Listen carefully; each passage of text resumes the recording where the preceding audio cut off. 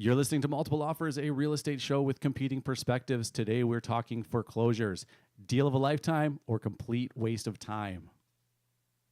Put that coffee down. If you're good at something, never do it for free. How'd you get the gig? Oh, you know, they were hiring. It was only a 2-week course. I will sell this house today. What are you, some kind of real estate agent? Oh, he's a realtor. There is a difference somehow. This is Multiple Offers, a real estate show.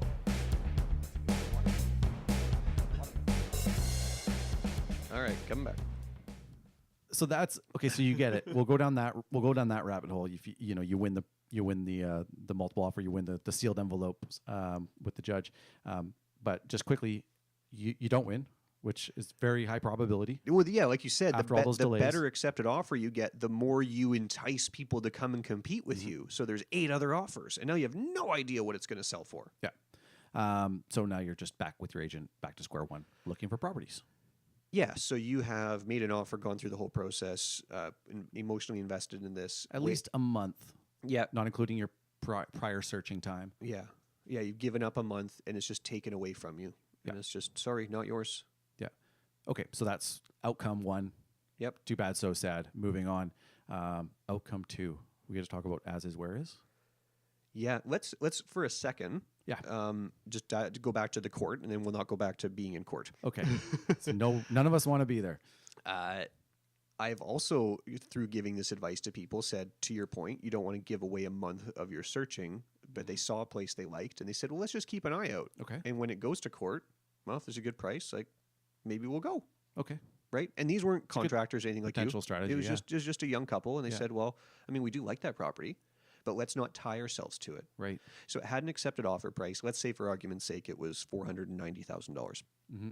That's what we knew. So we said, yeah, we're going to go to court. Like, we're willing to pay a little more than that. Mm-hmm. So we went to the court date. And so we were kind of quiet about it. We didn't want to sort of make too much fuss to get people sort of prepared to compete with us. We got there, and it was just us and buyer 1. Okay. No other competition. So we said, yep, we're here. We're here to compete. I was there with the buyers, and here's our offer. And I think, let's say if it was $490, I think we went $12,000 over. But it was probably $390 because $12,000 seemed somewhat significant at the time. Okay. So it was $402 that we offered.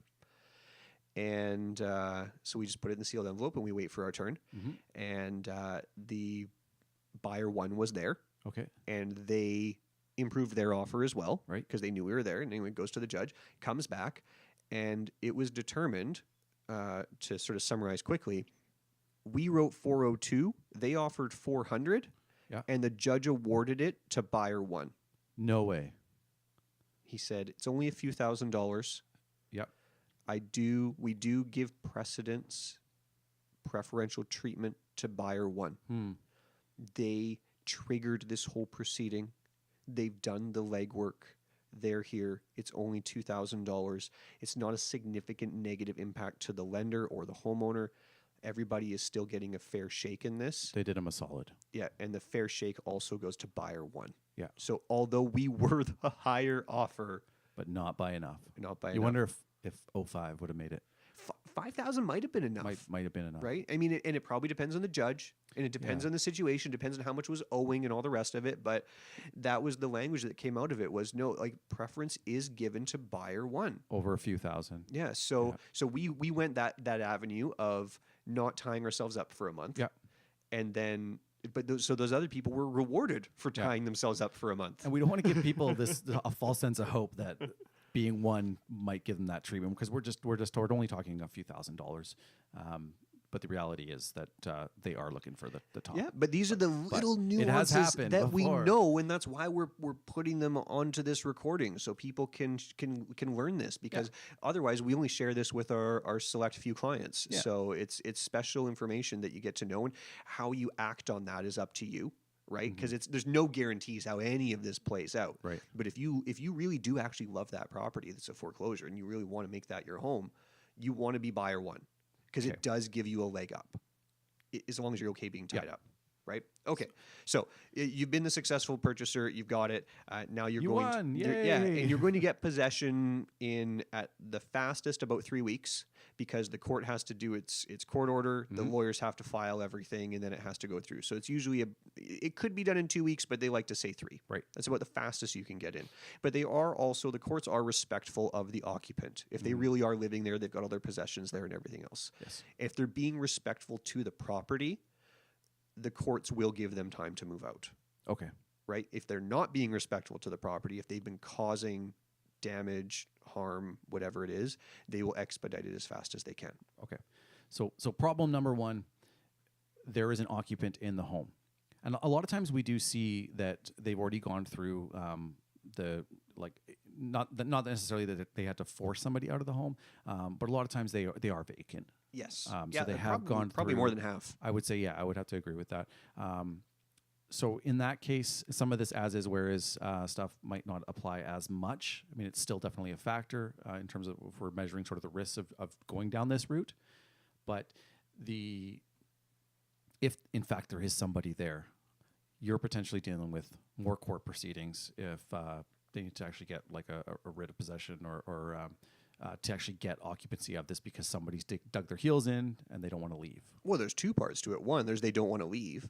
And the other is that they can just cause damage while they're there between court approval or the day that you last saw it, a month before court approval, and the day that you get possession. As is, where is. So our typical contract says you are contractually, you have an agreement that you're going to get the home in reasonably the same condition on your possession day as when you last saw it. Right. So if somebody causes damage, if they put a big hole in the drywall moving, or there was just a bit of a scuffle or an accident, bookcase fell over and damaged something, Stuff happens. hot water tank goes, Yeah. whatever, it has to be put back to the same condition. Foreclosures, not at all. And we also include items that wouldn't otherwise be attached or included with the purchase, like appliances, Yep. things like that. We have to mention those on our contracts. But as is, where is.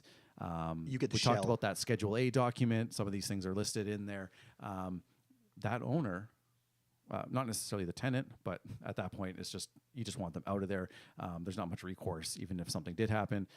But that owner I could try and salvage. Again, this is somebody who's potentially in hardship, having a really hard time.